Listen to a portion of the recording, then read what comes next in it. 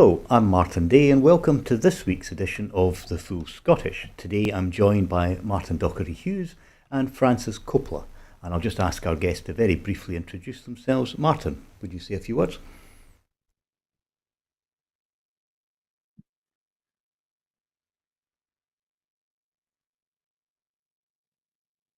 Sorry, I think I'm on mute there, Martyn. It's nice to see That's you. It's Martyn Docherty-Hughes, former SNP Defence spokesperson and MP for West Dunbartonshire. good to see you this morning, Martyn. And Francis, if you could just tell the viewers a very quick bio of yourself. Hi, Francis Coppola. You've all seen me many times before. I'm an economist, banking and finance expert, and as you can hear, I'm English. Thank you very much, and we're delighted to have you with us today. So we will just start with the Ukraine update on day 991. Ukraine faces increasing difficulties in its fight against Moscow's invasion. The country's top military commander, Colonel General Oleksandr Syrskyi, said on Saturday as Russian forces advance and North Korean troops prepare to join the Kremlin's campaign. Writing on Facebook, Syrskyi said he told the head of the US European Command, General Christopher Cavoli, the situation remains challenging and shows signs of escalation. The enemy, leveraging its numerical advantage, is continuing offensive actions and is focusing its main efforts on Pokrovska and Kharkov directions. EU Foreign Policy Chief Joseph Borrell has pledged unwavering support for Ukraine in Kiev on Saturday. He said the clear purpose of his visit to Ukraine is to express European Union support to Ukraine. This support remains unwavering. This support is absolutely needed for you to continue defending yourself against Russian aggression.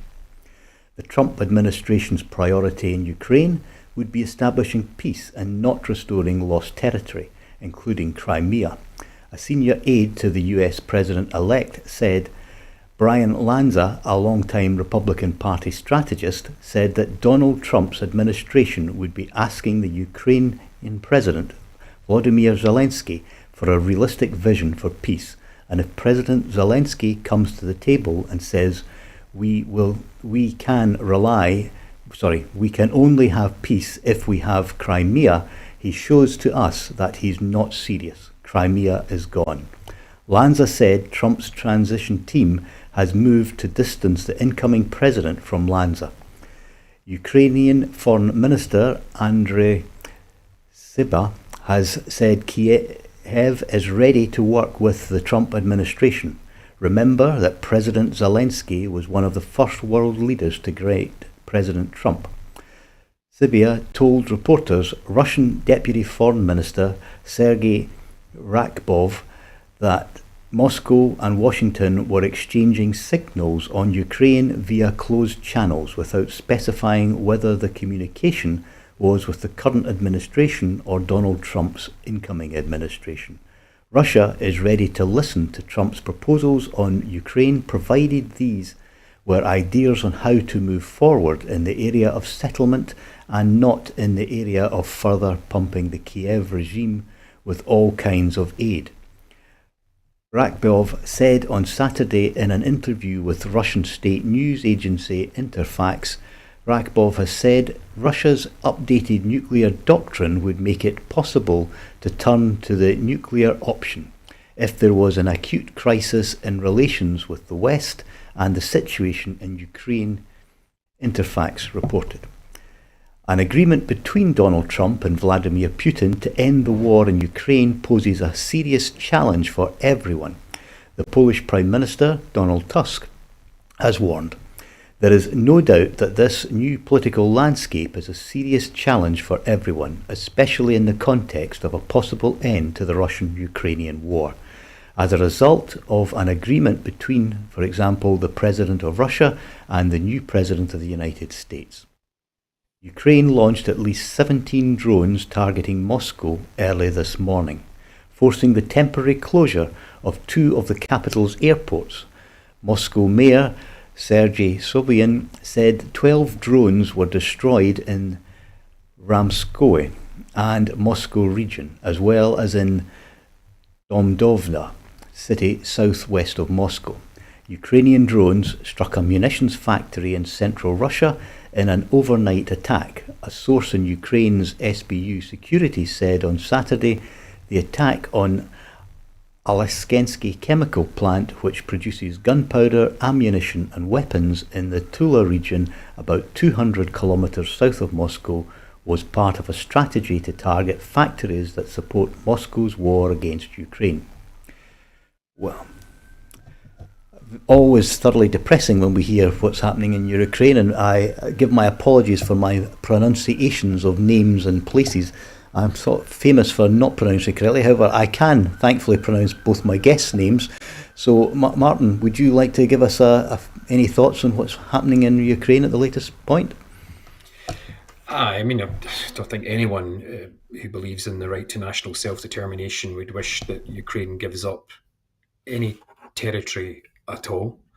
I think there needs to be a resolute position not only from EU members but from the UK government as well about being solidly in support of Ukraine's right to determine its own destiny. And I think if you look at the last Trump administration, it might have seemed like an unfolding disaster in terms of Ukraine, but it didn't happen. And hopefully there might be people in the Department of Defense, the DoD, who will certainly be pushing for resolute defense of Ukraine's national sovereignty. But let's see what happens after January the 20th. Indeed, there's a lot to consider there, and we don't know what will happen with funding from the US to Ukraine. Francis, do you have any thoughts as to what the implications could be of a reduction of American funding?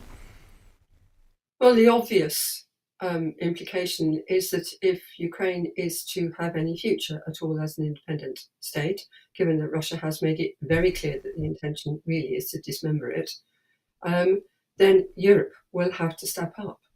And I think that's going to be necessary anyway, because of Trump's evident dislike for the amount of US funding for NATO, and criticism going back to his previous administration of European states who don't contribute very much. I think Germany has already started to make preparations, I think, for increasing military spending, and I think the rest of Europe will have to follow suit. Yes, and who knows what implications that will have for the nature of the conflict. We have obviously events in Gaza and Palestine in the Middle East. At least 43,552 Palestinians have been killed, and it's estimated 102,765 have been wounded since the 7th of October last year. And it's just shocking. More than 3,136 have been killed and another 13,979 wounded in Lebanon. And obviously Qatar has now suspended talks because it says the parties are not negotiating in good faith.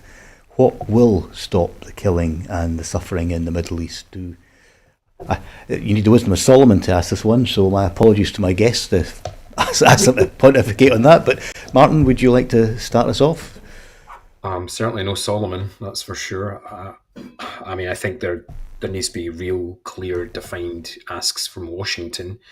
But given that there has been an election in the US, that there is a change of administration, I think that all we can do, those of us who feel as though we're on the sidelines of the Gaza Israeli situation, the conflict, should we say, is to hope that there is some movement from Washington into the new administration. It's just beyond belief that the Israeli Knesset is moving to make the UN food program illegal. I just find that beyond belief. And, we just kind of hope that even players such as the EU can step up to the plate and really start pushing back on Israel's idea about how it maintains peace in the Middle East by not having a two-state solution. It just seems absolute insanity that's driving Netanyahu's government at the moment. Yes, it just seems to get more and more depressing every time we hear the latest developments. Francis, do you have any comments you'd like to add on Gaza, Palestine? I haven't got much to add to what Martyn said, really. I do think that the fundamental issue here is that the West collectively is simply unwilling to stand up to Netanyahu, and the reason they don't is that giving any concessions at all to Palestinians kind of undermines the entire Israeli project, in which they are all have a vested interest for various reasons going back a very long time. It's very hard to see a resolution to this which does not involve either major ethnic cleansing or genocide or both. Yeah, and I think we're unfortunately witnessing that unfolding before us. The big question now is what impact will Trump's election in the US have on the whole scenario? It's certainly his election was very warmly welcomed by Netanyahu. He's very concerning on a whole range of levels, but we'll have to wait and see how it pans out.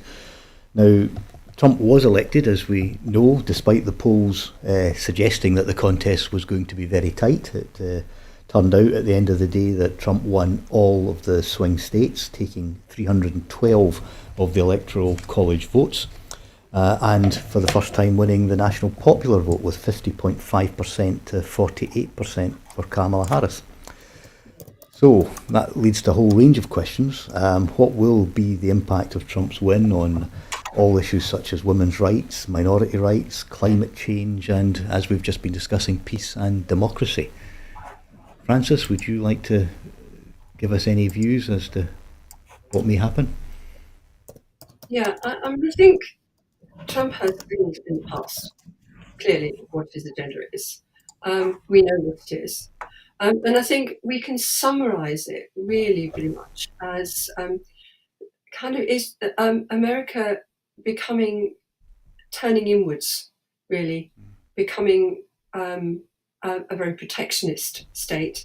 We are seeing proposals for blanket tariffs across the board, not just on China, but on everything. We've got Trump talking about essentially replacing income tax with external tariffs. We haven't seen that kind of financial arrangement in the US since the mid-19th century. So we're seeing this turning inwards, and we're also seeing the rise of what I would call illiberalism. I don't think it's any accident that one of the first people to congratulate Trump on his victory was Viktor Orban of Hungary, who has made no secret of his intention to create an illiberal state. And that does mean that things that we have come to, I guess, almost take for granted as rights, so women's rights, rights of gay people, the rights of minority groups, and things like that, I think are likely to be rolled back. We're going to see attacks on, we're going to see cuts to the welfare programs relied on by certain groups of poor people. Medicare for all is going, the Affordable Care Act is going to be repealed. I don't think there's much doubt about that. So it's going to become a harsher environment for people who are not rich, and a harsher environment for people who don't conform. Let's put it that way. That's the way I see it. Yeah, there's plenty of food for thought there. Martyn, would you like to? I think we could be here all day talking about this election. I think it'd be a great topic. We could do do a podcast on it, Martyn. Interesting. I have to admit, I don't see any. It didn't come as a surprise. I think the pollsters were way offline. They were clearly not talking to the people they needed to talk to. I think that's nothing new in US polling, and also I have to say, nothing changes in the US, even during previous Democratic administrations. There was always an element. People saying, there's new intimidation. There's always been intimidation in American politics. If you ask any member of the African American community in the United States, they will tell you what it means to have intimidation election after election since the foundation of the American Republic. That this is nothing new. And also clearly, I think what we can take, and I don't have the figures in front of me, is whether or not Trump actually got as many votes as he did in 2016 or 2020. I think those, the kind of, you might have got the popular vote, but did he get as many votes as he did in these last two general elections? And also the big challenge to it's not just the left in the United States, it's the kind of centre ground as well. There was a lot of, I think, excuse making for people who didn't come out to vote. And if you don't vote, you get what you get, I'm afraid. And that means taking personal responsibility. I would hear a lot of people, and we've just been talking about Gaza, a lot of people say under 40 who will say, I don't like Kamala Harris's position on Gaza, and I'm not going to vote. I can understand the anger at that. The question then is, well, how do you balance that with allowing Donald Trump to enter into the White House if you're totally opposed to his political agenda? Being in a democracy is about making compromises, and some of them are very unpalatable. I think the compromise that a lot of Americans have made at this election is not going out to vote and allowing Donald Trump into the White House. I don't know how they figured that out in their mind. I find that very, very bizarre. Yeah, certainly you touched on the turnout figures, and I don't have them to the top of my head either, but I think it might be slightly down his vote from the previous time. Certainly the Democrat vote was massively down, and the overall turnout was significantly down. And I wonder if Yeah, I mean, perhaps... sorry for interrupting, Mark, No. but I think that goes to the crux. If you're a Democrat that sits at home and allows Donald Trump, who you're politically opposed to walk back into the White House, I think you really need to question yourself. And as a former elected politician, along with yourself, through 3 general elections and through local government, like you as well, you do need to say to people, well, you get what you don't vote for as well. By sitting at home, you're acquiescing to this new political situation. And I think the Democrats, don't get me wrong, I think they really missed the ball with this. They have been concentrating heavily on certain issues, which I totally agree with, but they've kind of really sidelined a lot of those kind of old-fashioned post-industrial states, and it's all come home to roost, I'm afraid. Yeah. I wonder if we're perhaps seeing something similar to what we're seeing in this country and indeed other parts of Europe. There seems to be, if I use my own expression, a scunnerisation with politics. We've seen turnout, dropping to remarkably low levels. Difficult for us to pontificate from this side of the Atlantic on what's happening exactly in America, but I do wonder if we're maybe seeing some of the same trends. Francis, is there anything you can add to that? Do we? Yeah, there's some interesting economic aspects to this. I mean, Bill Clinton famously said it's the economy, stupid, and actually this time it really is. And it seems unfair because, from us on the other side of the pond, the American economy, it looks amazing. It has growth levels of which we can only dream. But the people in America don't see it that way. What they've seen is several years now of sharply rising prices. They feel poorer. John Byrne Murdoch of the FT did some research in which he showed that actually incumbent governments from COVID and the inflation period after that, and then the Ukraine war and so forth, and massive spike in inflation, have all lost significant share of the vote. And this is almost like the same kind of rejection of the incumbent that led to the victory, to Keir Starmer's victory. It's the same kind of thing. There were good reasons to kick out the Tories, but ultimately, he's saying it does boil down to the economy. And one of the mistakes I think that the Democratic campaign made was not to talk about the economy, essentially to take their success for granted and not realise that although it looks like success if you're an economist, if you're just an ordinary American trying to make ends meet, it doesn't look like success, it looks like failure. And focus too much, really, on things that are important, but that for ordinary Americans trying to make ends meet maybe don't seem so important. I think a lot of it's that. Yeah, Mark, I could maybe come back on the back of Francis. I totally agree. I mean, Francis talked about a lot of the kind of equal rights situation in the United States, and that's part and parcel of American politics since 1945, and trying to give equal rights to every American. As a member of the LGBT community, you're keenly aware that certain states, equal rights wasn't on the ballot box because they already have a lot of those enshrined in their own state constitutions. So, I think, trying to reflect on our own experience in Europe about what's happening in America is not helpful. And I think, as Francis said, there is the Democrats have really taken their eye off the ball here. And it didn't help with the post-pandemic situation. I think what's most interesting, though, is because Francis also mentioned the kind of Keir Starmer getting the general election, Labour winning here in the UK, is that it's kind of weird because Starmer got less votes than Corbyn did at the previous general election.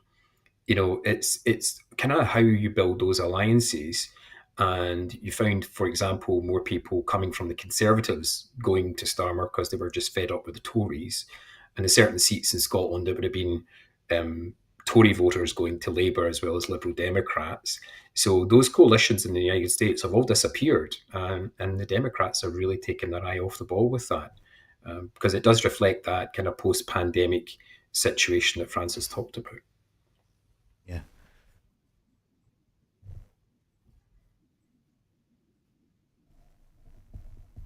Yep. So, wee voice in my ear is telling me Trump's vote was 74.6 million. So there we have an actual number, and that, to my mind, is less than he got the last time, I believe. So, yeah, coming back to that. So, one of the expressions one of my colleagues always used to use was that nobody sells rotten fish. But you do wonder if people were just buying it at a change agenda, didn't they smell something not quite right? And I wonder how much attention was paid to how many people that were appointees to the previous Trump government that were not supporting Trump on this occasion didn't send alarm bells. So, to what extent does the media influence things? To what extent do people just not pay any attention whatsoever? And to what extent are they swung over? Big issues there. Have you any thoughts yourself, Martyn, on that? I just think in terms of the new process of people he's got behind him, if we think, don't remember the name, but the possible new chief of staff who has been in the Republican Party since the days of Ronald Reagan, I think gives us an idea that there is some kind of agreement being made at the higher level of the Republican Party to Donald Trump to say, look, okay, look, we're all going to fall in behind you, but guess what? We need a tighter ship. We need it slightly far more professionally done than when you were last in. And if the new chief of staff gets in, she worked for Ronald Reagan. She was higher up the chain of command in terms of George Bush Senior's presidential team. That you might see a slightly far more slicker campaign or administration from Trump. I'm not going to make any judgments on what he's going to do, but I think what you'll probably find is that the revolving door into the Oval Office will probably not be as revolving as it was the last time. There will certainly be big gatekeepers making sure that some of those crazy ideas don't even get as close to him as possible. So that might be interesting to watch. Let's say that. Yeah. I'll just throw in one comment before we go on to the next section. I'm wondering, and we'll see no doubt analysis done by academics in time to come, but how influential was social media and the influence of Elon Musk and his platform on the outcome of the Trump election? It seems to be a very, from my point of view, and I'm sure Martyn will have similar thoughts, from an electoral management point of view, if people with that amount of power can swing influence and what people see on these platforms, it's got to be something that maybe needs regulation or looked at. I don't know the answer to that. I just wonder how much that was a factor. And I don't know if any of my guests want to comment on that before we move on to the... I'd actually quite like to comment about that, because it's something that's struck me for a while with the Trump campaign. There was this kind of overt craziness all the way through, and it always hit the headlines all the way through. And I remember, was it Pennsylvania, I think, where they both did rallies.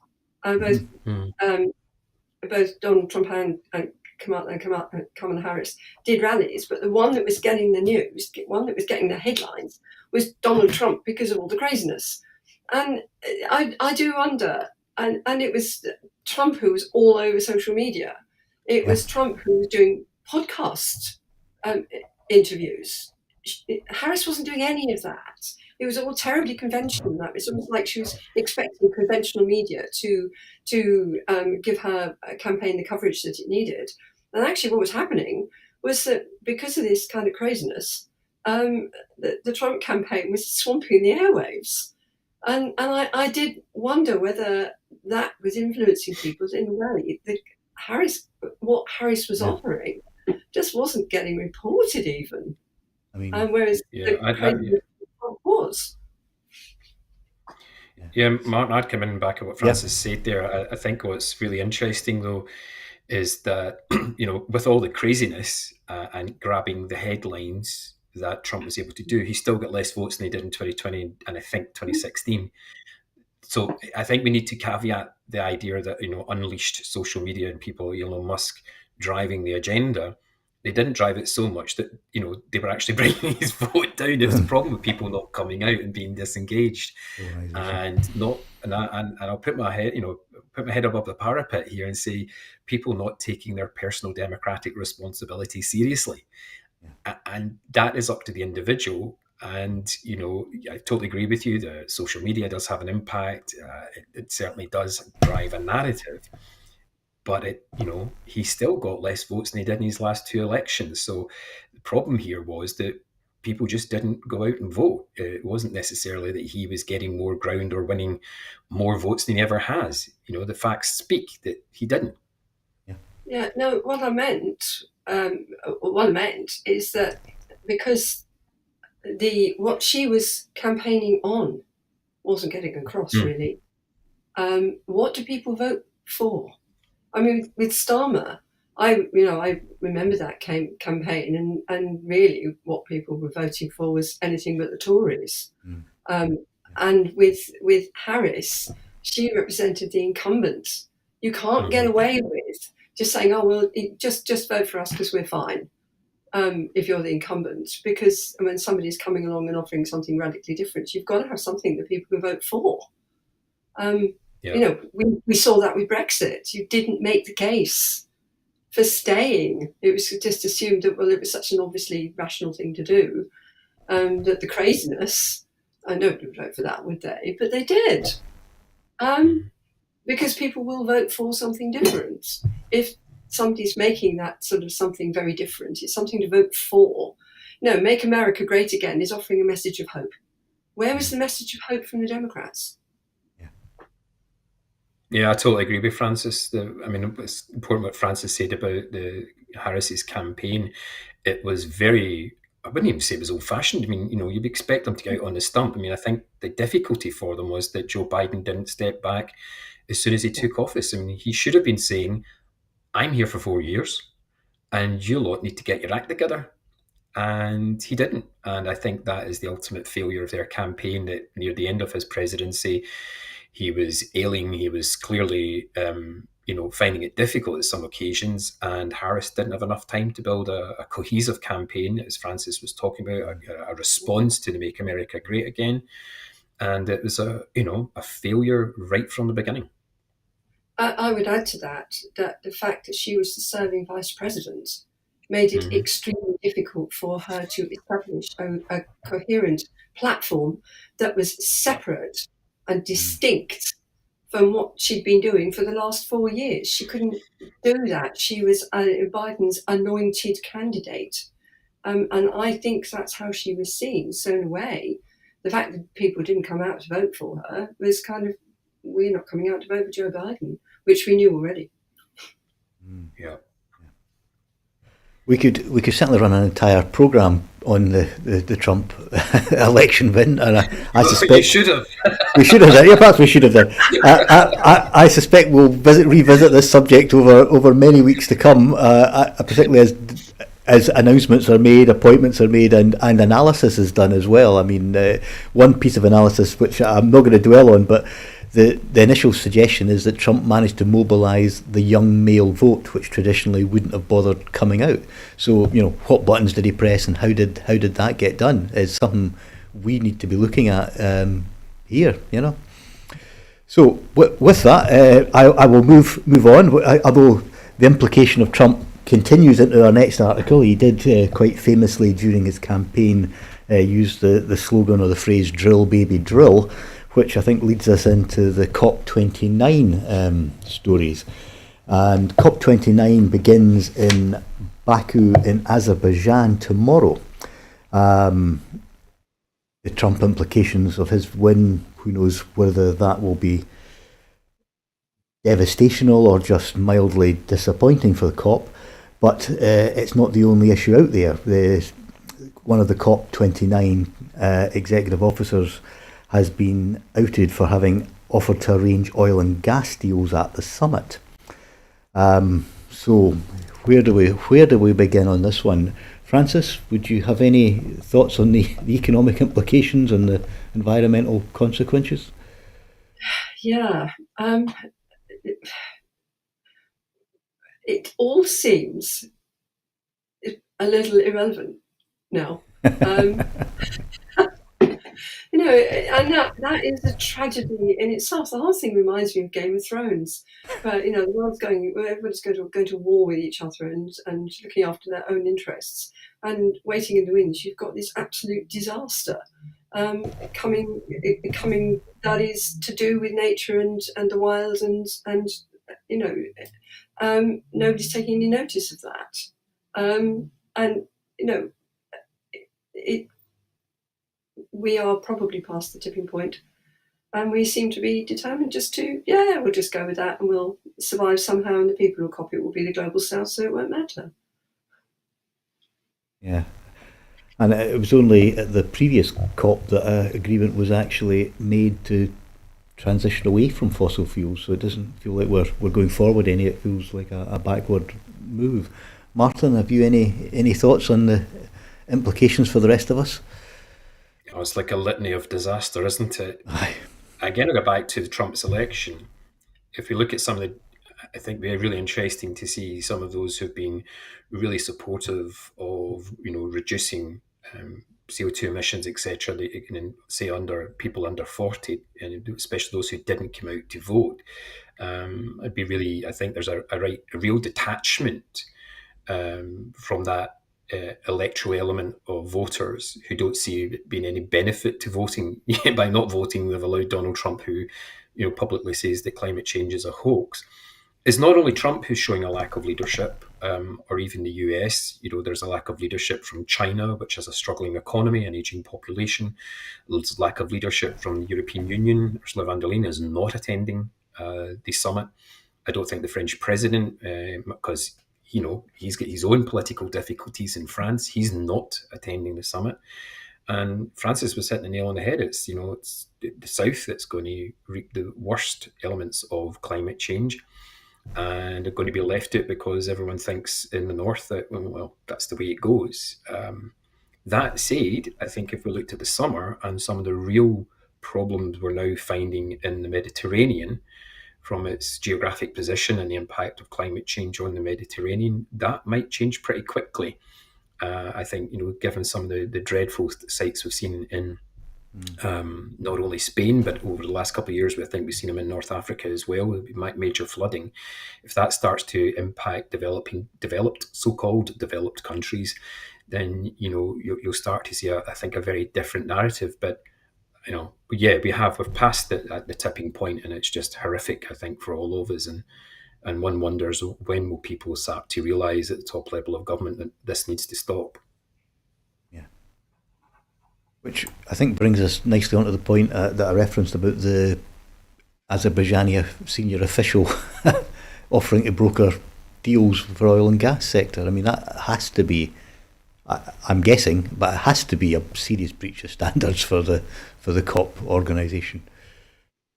Well, it is, of course, but it's not actually that surprising, because this whole kind of idea that there are rules and standards that people abide by just seems to be collapsing. Nobody's abiding by any rules or standards anymore.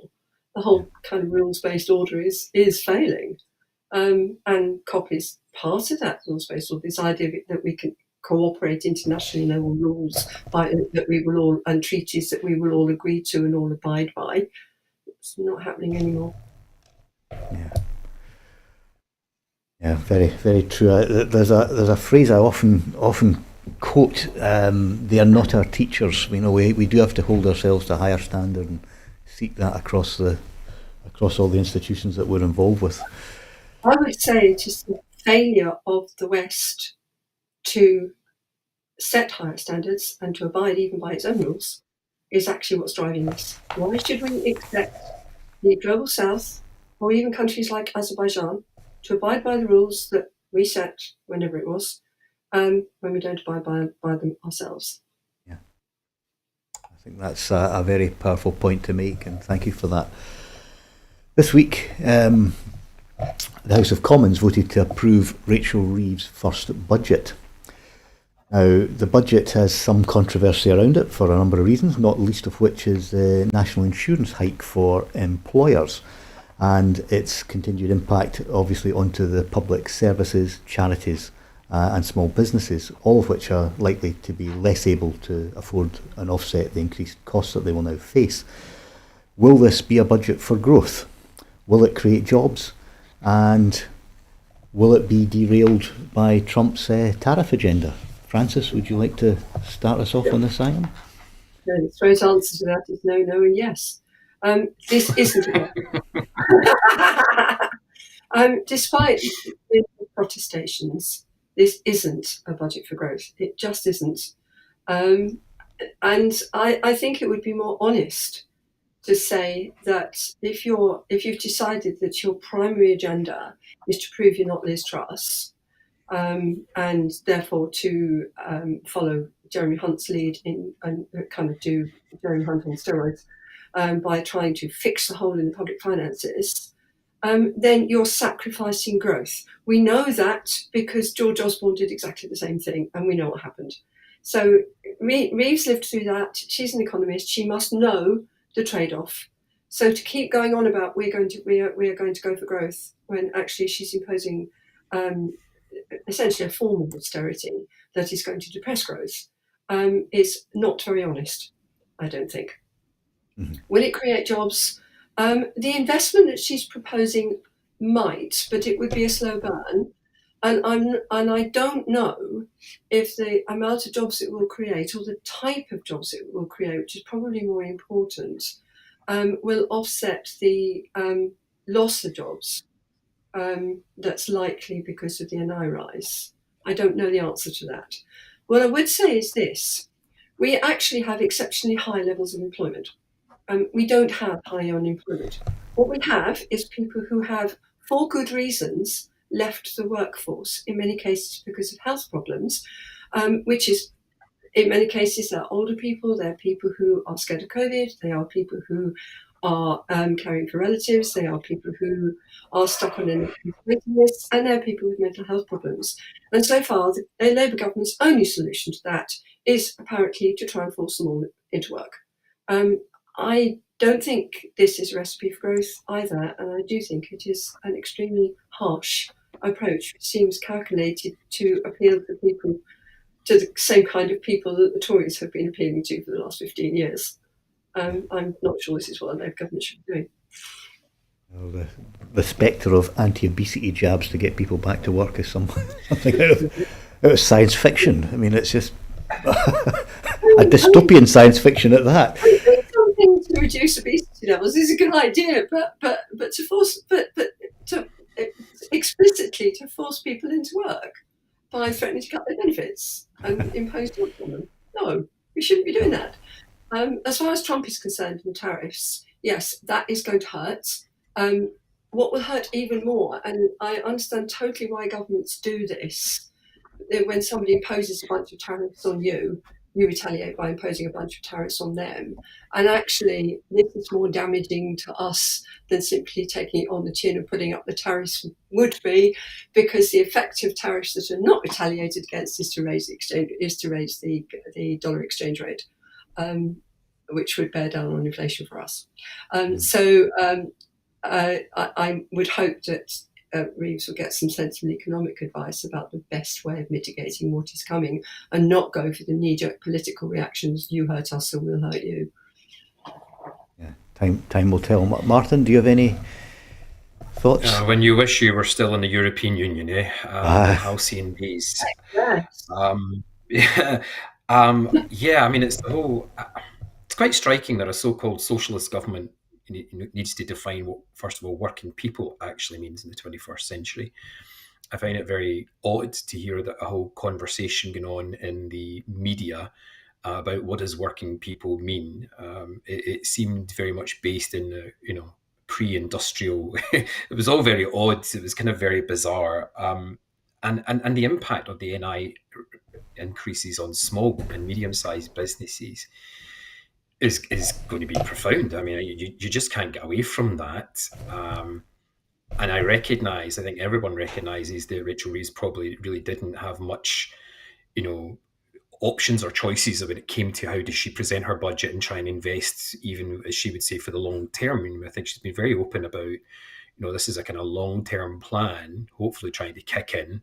She says long-term, she means 4 years until the next general election. But I often think of that kind of German expression, the Mittelstadt, the middle state, what drives the economy in Germany, and that's the small and medium-sized businesses. And I think in the UK and also here in Scotland, we have really taken our eye off the ball when it comes to the fundamentals of supporting small and medium-sized businesses. And we really need to grasp that middle element of the economy and support it better, because in Germany that's the kind of thing that drives economic growth, and that's investment in families, it's investment in local communities and in skills which are retained locally. And I just think that there's been no mention of Brexit, the impact of Brexit, and why we're in this situation here in the UK. And the other thing that I know that Francis had mentioned about people leaving the workforce, I think that's a huge issue for the UK in the post-pandemic world. People in their late 40s and 50s deciding to change jobs, to come out of the workforce, take their skills away as well.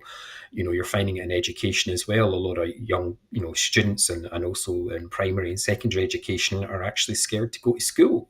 Still, I do hear and discuss that with friends and family who have got kids who don't want to go to school. That's going to have long-term implications. And onto Ozempic. Well, where do you go with that? I know that they've not got much in terms of to try and deal with the impact of what the Tories did, but trying to force people into medication, not necessarily just for their own health, but to force them into probably low-paid jobs. It's not out of science fiction. It's like something out of the early 1930s, and it's just absolutely appalling, quite frankly. If I might jump in, I actually want to push back slightly on your idea that Germany is this wonderful powerhouse that's driven by small and medium businesses, because it absolutely isn't, and hasn't been for quite a long time. Germany's economy is in worse shape than Britain's right now, basically because it's export-led, manufacturing-led, cheap energy reliance business model, which has been operating for some years, has crashed. Yeah, I mean, maybe what I should have done is caveated that was the model that worked, until a certain German chancellor came in and absolutely destroyed it. Yeah, I mean, Angela Merkel, she was again put up there as this great leader of modern Germany, and Francis Wright, she kind of really started to, what would you say, that, the Labour Party always used, the middle way, the kind of Tony Blair attitude to it. But the Mittelstadt is not Tony Blair. It was a very different post-war economic model, which really grounded it in communities and in local towns and in local infrastructure. And Francis is right. And that all goes down to Angela Merkel and, the destruction of that very, very, I always thought, a very good social model for economic growth. Yep. No, thanks for that. We know from initial outpourings from the different industry sectors that the small business sector, which is labour intensive, things like the beauty industry, hair, etc., will be more adversely affected than other industries because of the labour costs being a higher proportion of their budget. We know charity sector is looking very concerned as to whether this can be funded.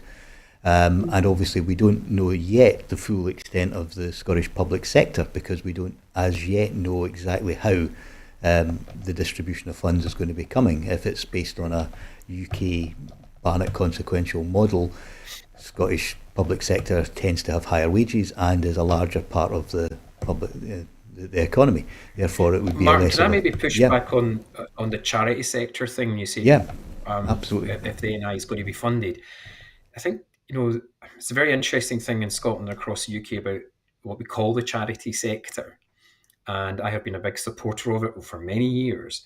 It's that we need to be very conscious about the word charity, and they are individual organisations which will need to seriously consider how they use their own resources to fund the NI, just like private businesses, because a lot of the charities that we're talking about are actually quite large organisations, which may have overextended themselves. They might be taking on public sector contracts. Some would argue when that service delivery should remain with the public sector. I think there's a huge debate to be had, not just in Scotland, but across the whole of the UK, about how the so-called charity sector, I'm talking about the big element of it, not your traditional volunteering-led organisations, face these challenges, because there is a whole lot to unpick when it comes to the charity sector. Should governments be, should it be dealing, helping them to fund their NI contributions? We're not doing it for small businesses. Let's put it that way. I'm just putting that. I think it's a conversation that is going to have to come at some point, especially in Scotland, if we try to increase investment in frontline public services provided by public service delivery agents, not just the third sector. Yeah, I think that's very good points that you're making, Martyn, and we're still waiting to, I suppose, assess exactly what levels of expenditure are going to be needed by all these organisations. Just everybody knows something's coming and they're quantifying it at the moment. Francis, would you like to add anything on those aspects? No, just simply say I think that I think we have not really addressed the real strains facing service providers, whether they are third sector or public sector or even private sector. I mean, I look at the train wreck that is the water companies and think, I know the government's trying to evade it, but I can't see how they're going to avoid some kind of public sector bailout. And they haven't budgeted for that. We're paying the price really for the mistakes of a very long time, and the water companies were privatised under Margaret Thatcher. It's 40 years of mismanagement, and you can't easily correct that. And it's going to be very expensive. And the question, therefore, is I hate to say it, where is the money coming from? I would like to see us. I think Reeves is going to have to revisit her finances again, and quite quickly. So that means breaking manifesto commitment that there would only be one financial statement a year. I think there's going to be at least two. As they say, the devil is in the detail, and I'm sure we'll return to this subject in the near future over coming weeks, which brings me to one of our final points, and going back to some of the discussion we've had earlier today, kind of wraps it up quite nicely, is about the substance over slogans. I mean, we've heard, Make America Great Again, vote for change, the change Scotland needs. All of these are just, slogans. But are there political principles underlying them, or are they just meaningless? So what inspires people to vote? Is it policies or rhetoric, or is it facts or disinformation? Who'd like to start?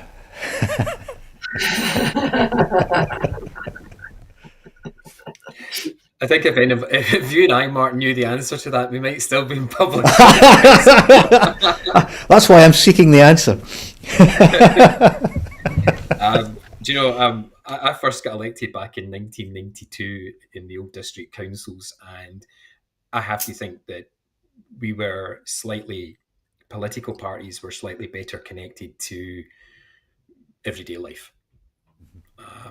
And I'm not saying that political structures either in Scotland or the UK are utterly disconnected, but I think if you look at the example of the United States at the presidential election, is that the Republicans were far better at connecting to elements who don't usually vote.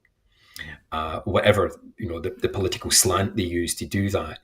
And it's how about you have a vision, and I'm an old-fashioned social democrat. People talk about who's your inspiration. I think of Swedish politicians like Olof Palme, people like that, and the kind of real progressive, and I use it in that old-fashioned social democratic method about driving improvement for working people. Especially today in a post-industrial age, in a digital age, how do you drive substantial improvement for people's lives and make it feel worthwhile? And that's the challenge to political parties at this point in the 21st century. And quite frankly, at the moment, we're not doing very well. Yeah, I think that the power of slogans has been abundantly demonstrated over some years now. Fairly obviously in America, the Make America Great Again thing really does resonate with people. But actually, it's not very that's not very dissimilar from the kind of Brexit sloganeering that we saw, sort of Britain great back in Britain. Britain will lead the world in the resurgence of Rule Britannia and things like that. It's the same kind of idea. There are people that feel downtrodden, feel that they've lost, feel that they are losing out to China, because that's what they're being told, right? Even though China is a significantly poorer country than the United States or even the United Kingdom, people feel losing out to China and India and other places. So any message that says you can recover your lost place at the pinnacle, be top dogs again, is going to resonate, I think, particularly with disaffected groups. And it's interesting, you mentioned young men earlier, and I think it does, but that kind of messaging does particularly resonate with young men. So that's one thing. But I think keep coming back to a couple of things. The first is Clinton saying it's the economy, stupid, because it always is the economy. And by that, I don't mean the headline figures, GDP, debt to GDP, exchange rates. I don't mean that kind of thing. I mean the economy as people perceive it, how it affects their lives. That's what resonates with people. That's what people respond to. And the answers can be in the form of a slogan. And the other thing I just wanted to throw in, which is to do with the kind of economic and political and social shocks we've had in recent years, is how dangerous this situation is. John Maynard Keynes said in 1932 about Germany that the German people were looking for a change. They didn't know what they wanted. They just wanted a change. And boy, did they get one. Yeah. Be careful what you wish for. Yep. We've got a slight technical problem here. The screens I have for seeing the guests have gone to static, so I can't. So my apologies. Don't worry about it, Martyn. I can hear you. I can hear you both. So I'm just not getting any visual cues as to when somebody's wanting to come in. So yeah. So just carry on and butt in whenever you like. And I will hear you in the ear. You're back on screen, so that's a bit easier. Yeah, well, maybe just one point what Francis made about people just looking for change. I think in a if you're going down your main high street today, or around your local shops, you'll be thinking, oh, it's just fast food, and we're living in a world which is very different a bit in so many ways from our parents and grandparents, but in so many ways it's not. People are still looking for hope. They're still looking for how to put food on the table, and it becomes very difficult when you live in a digital age where if you're going shopping, you might go down to your local Asda, but you're more likely just to go online and order it and it gets delivered, and all these things I think complicate the situation for us today. But as Francis said, you do really need to be careful what you wish for, because the possibilities are quite frightening, actually. Yeah. Well, we could have carried this discussion on all day, I think, and I'm sure we'll come back to it in future weeks. But that's pretty much us for time today. So, in winding up, I'd just like to thank both our guests, Martyn and Francis, for joining us today. I think we've had some fun discussion on the very serious issues, and I'm sure we'll continue this debate, as I say, in future weeks. But before I go, I just want to remind you that at Broadcasting Scotland, we depend on the generosity of our supporters. To everyone who's donated and to everyone who's signed up to make regular monthly payments, we thank you very much. We set our current fundraising target in April, hoping to reach 36,000 by the end of the year. It's November and we have raised 16,500. However, to pay our bills and survive, we need to raise a further 12,000 now to get us back on target. We face costs of over £4,000 every month, but only receive donations of around 2,500. We urgently need more regular subscribers, but we need to clear out debts as well. We are at crisis point and we really need your donations right now to be able to pay our bills and survive. Our programmes will always be free to view. However, if you can afford £5 a month, please consider becoming a Broadcasting Scotland supporter, and please donate whatever you can afford. Thank you, and thank you again to Martyn and to Francis. And before we say goodbye, it is Remembrance Sunday today, and we would just like to have a short reflection as we close the programme for Remembrance Day. Thank you very much for watching.